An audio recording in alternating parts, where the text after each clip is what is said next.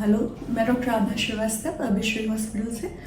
आज मैं, जैसा कि मैंने आपको बताया था कि हम धीरे धीरे हर वीडियोस में प्रेगनेंसी में होने वाली समस्याओं के बारे में बात करेंगे।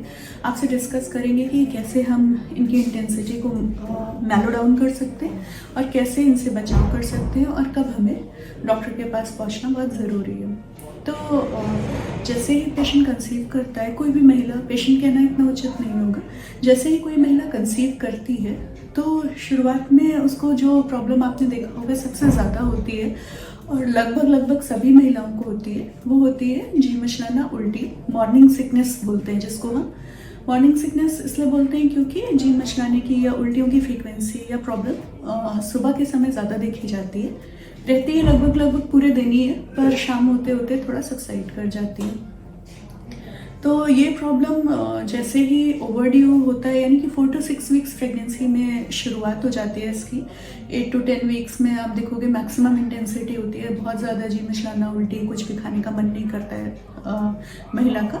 और फिर उसके बाद 16 to 20 वीक्स होते होते, यानी 3.5-4 महीने बीतते ये 80% महिलाओं में ये खुद से ठीक हो जाती है।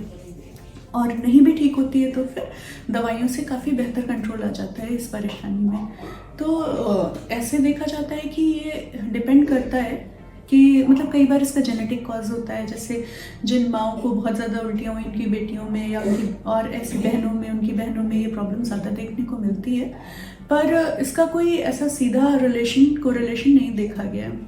अच्छा, जब भी जैसे ट्विन प्रेगनेंसी है या मोलर प्रेगनेंसी है या जुड़वा या तिड़वा बच्चों वाली प्रेगनेंसी होती है, हायर ऑर्डर प्रेगनेंसी होती है, तो या थायराइड की परेशानी है साथ में, तो ये प्रॉब्लम थोड़ी एग्रेवेटेड होती है, थोड़ी ज़्यादा उल्टियों की शिकायत होती है।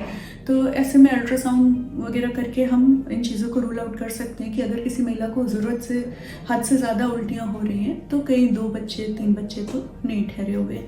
फिर इसमें मैं आपको बताना चाहूँगी कि सिंपल मेडिकेशंस होते हैं, कुछ दवाइयाँ होती हैं जो कि सेफ़ होती है प्रेगनेंसी में, वो अगर महिला ले लेती है तो उसकी उल्टियों की फ्रीक्वेंसी कम हो जाती है और उसको खाना वाना ठीक लगने लगता है। तो फिर बच्चे की ग्रोथ, उसकी एनर्जी लेवल, उसका वेलबींग पे फ़र्क पड़ता है, उसका इलाज ले लेना चाहिए। कारण क्या होता है, इतनी उल्टियाँ क्यों होती हैं? तो इसका कारण ये होता है कि जैसे बच्चा ठहरता है तो शरीर में हार्मोन्स का लेवल बढ़ जाता है, एस्ट्रोजन बढ़ जाता है, प्रोजेस्टेरॉन बढ़ जाता है, बीटा HCG बढ़ जाता है। इन सब हार्मोन्स के बदलाव की वजह से क्या होता है कि जो मांसपेशियाँ होती हैं, मसल्स होती हैं, स्मूथ मसल्स जो अंदर आंतों के आसपास होती हैं, आमाशय पेट के आसपास होती हैं अंदर, वो सब रिलैक्स हो जाती हैं, तो उसके कारण टेंडेंसी होती है to throw out the food, तो उल्टियों की टेंडेंसी बढ़ जाती है। तो ऐसे में आप क्या कर सकते हैं? आपका क्या रोल है कि आप कैसे लाइफस्टाइल मॉडिफाई करो, क्या आप एहतियात रखो कि आपको इतनी ज़्यादा उल्टियों का सामना नहीं करना पड़े या बहुत ज़्यादा दवाइयों पे डिपेंडेंट ना रहना पड़े। तो इसके लिए मैं आपको बताऊंगी कि ऑयली और स्पाइसी फूड ना लें बिल्कुल भी, साथ में ज़्यादा अदरक, ज़्यादा चाय, कॉफ़ी, ये सब चीज़ें नहीं लेनी है आपको। अच्छा, अदरक थोड़ा हेल्प आउट करता है इस नौजिया को, वॉमिटिंग को कम करने में। तो उसके अलावा ज़्यादा बाज़ार का खाना नहीं खाना है, ऑयली स्पाइसी हैवी फूड नहीं खाना है। छोटे छोटे स्मॉल फ्रीक्वेंट मील्स बताते हैं, मतलब थोड़ी थोड़ी देर पे थोड़ा थोड़ा खाना है, जिससे जितना आपका बॉडी डाइजेस्ट करता जाए। एकदम से बहुत ज़्यादा नहीं खाना है और रात को सोने के जस्ट पहले खाना नहीं खाना है। मतलब कि जस्ट खा के अगर आप लेटोगे तो उल्टी होने की टेंडेंसी बहुत ज़्यादा है। साथ में इसके अलावा देखा गया है कि आप थोड़ी थोड़ी मात्रा में खाना खाते रहें, पानी पीते रहें, बैलेंस डाइट लें जिसमें कि कार्बोहाइड्रेट, प्रोटीन, फैट का उचित बैलेंस हो, ऐसा डाइट लेना इम्पॉर्टेंट होता है। अगर जैसे जिन महिलाओं को बहुत उल्टियाँ होती हैं, इतनी उल्टियाँ कि डिहाइड्रेशन हो गया, मतलब पानी की कमी हो गई शरीर में, लिवर में परेशानी होने लगी, या फिर कभी ये प्रॉब्लम ज़्यादा लंबा परसिस्ट करे तो वेट लॉस के साथ साथ बच्चे में, पेट में पल रहे बच्चे में भी बहुत कमज़ोरी आने के चांसेस होते हैं। तो ऐसी स्थिति में हॉस्पिटलाइजेशन इंडिकेटेड होता है, मतलब कई बार महिला को भर्ती करना पड़ता है, जांचें करनी पड़ती हैं, दवा, इलाज, इंजेक्शन, मुँह से कुछ भी नहीं ले पाती तो फ्लूइड यानी बोतल वगैरह सब बाहर से नसों से देना पड़ता है। तो ऐसी कोई स्थिति ना बने, इसके लिए जब परेशानी माइल्ड हो तो ही आप दवा इलाज शुरू करा लें, जिससे कि ये नौबत नहीं आए, क्योंकि ये हालांकि बहुत कम केसेस में बट कई बार जान पे खतरा दे देती है। तो फिर ये था मॉर्निंग सिकनेस और जो है प्रेगनेंसी इंड्यूस्ड वॉमिटिंग के बारे में इंफॉर्मेशन थी आपके लिए।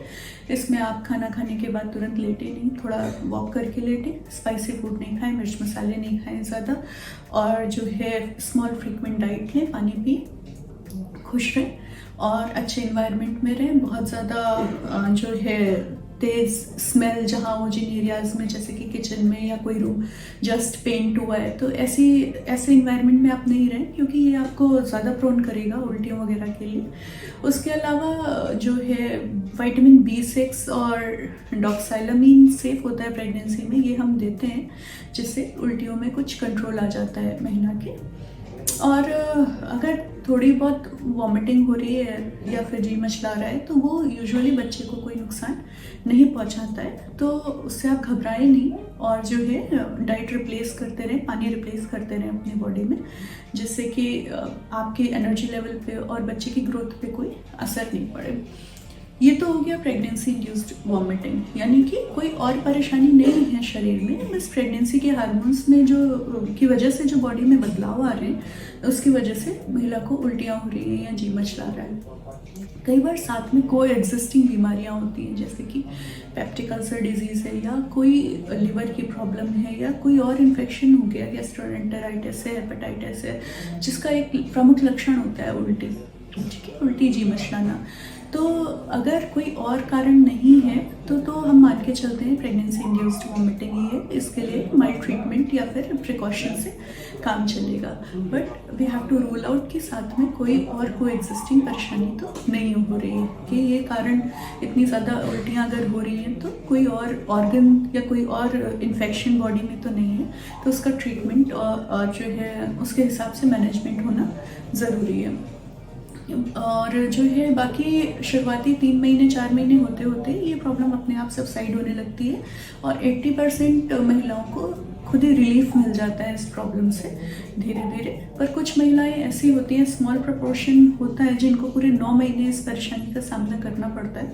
ऐसा नहीं है कि ऐसा होता नहीं किसी के साथ कि ये 9 महीने ना रहे, कुछ प्रेगनेंसीज में ये दिक्कत देखने को मिलती है। तो उसके लिए बस मैं यही कहूँगी कि आप अपनी डाइट का ध्यान रखिए, और जो है जो दवाइयाँ आपके डॉक्टर ने आपको प्रिस्क्राइब करी है वो टाइम टू टाइम लीजिए, और जिससे कि प्रेगनेंसी में आपको ज़्यादा दिक्कत नहीं हो। आप ठीक से खाएं पिए, बच्चे को उचित आहार पहुँचे, न्यूट्रिशन पहुँचे, बच्चा सही से डेवलप हो, आपके अंदर एनर्जी लेवल्स मेंटेन हो, एक जो उचित वेट गेन होना चाहिए, वज़न का बढ़ाव का ट्रेंड होना चाहिए पूरी प्रेगनेंसी में, वो मेंटेन हो पाए। और जो है कोई और जैसे बॉडी में अगर पानी की कमी है या डिहाइड्रेशन है, तो कुछ और प्रॉब्लम्स का सामना करना पड़ सकता है बॉडी को, जैसे कि हार्ट की प्रॉब्लम भी हो सकती है हाइपोकैलेमिया की वजह से, या और बॉडी के और ऑर्गन्स भी डिस्फंक्शन में जा सकते हैं। तो स्थिति इतनी ख़राब हो उसके पहले दवा इलाज हो जाना बहुत ज़रूरी है।